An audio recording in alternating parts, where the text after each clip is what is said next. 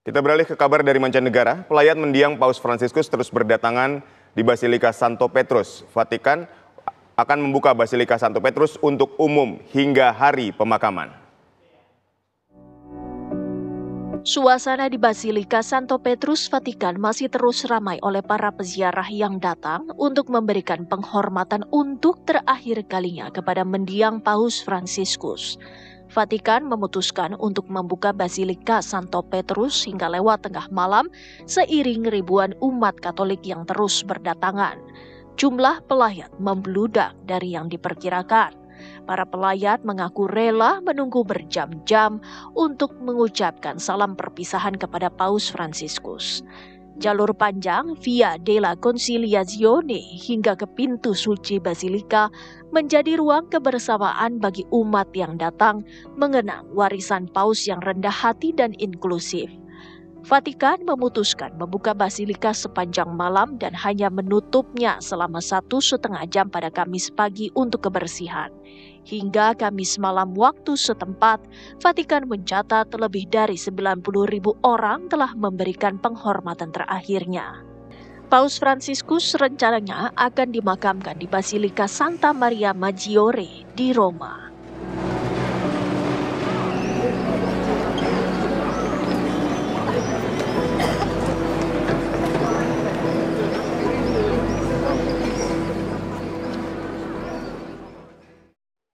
Pemirsa, apakah para pelayat yang akan memberikan penghormatan terakhirnya kepada mendiang Paus Fransiskus masih ramai?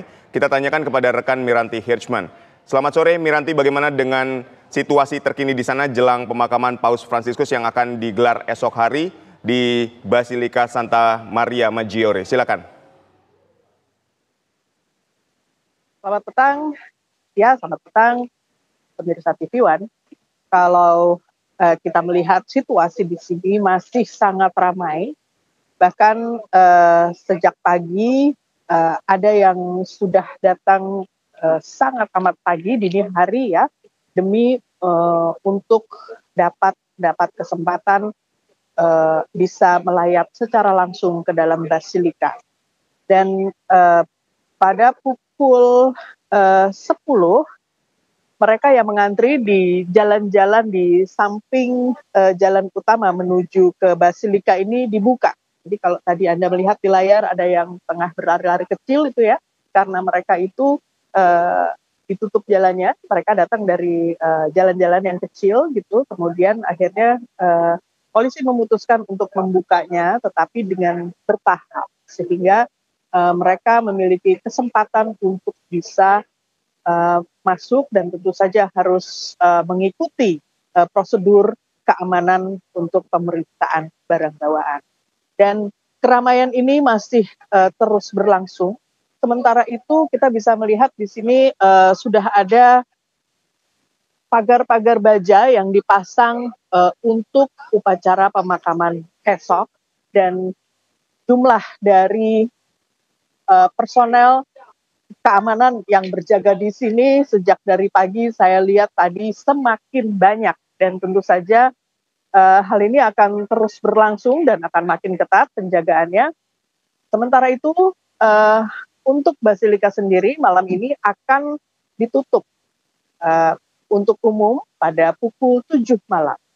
Mengingat upacara penutupan jenazah akan dimulai pada pukul 10 malam hari ini. Pemirsa, hal ini tentu saja merupakan sebuah event yang amat besar di Italia, di mana saat ini sudah mulai berdatangan juga tamu-tamu penting, para pemimpin negara yang dikatakan ada sekitar 170 delegasi dari seluruh dunia, termasuk pemimpin negara-negara besar, negara-negara Uni Eropa dan juga beberapa dari Asia. Demikian juga delegasi asal Indonesia yang terdiri dari Presiden ke-7 Bapak Joko Widodo dan juga Bapak Ignatius Jonan sudah tiba di Roma tadi pukul 7.30.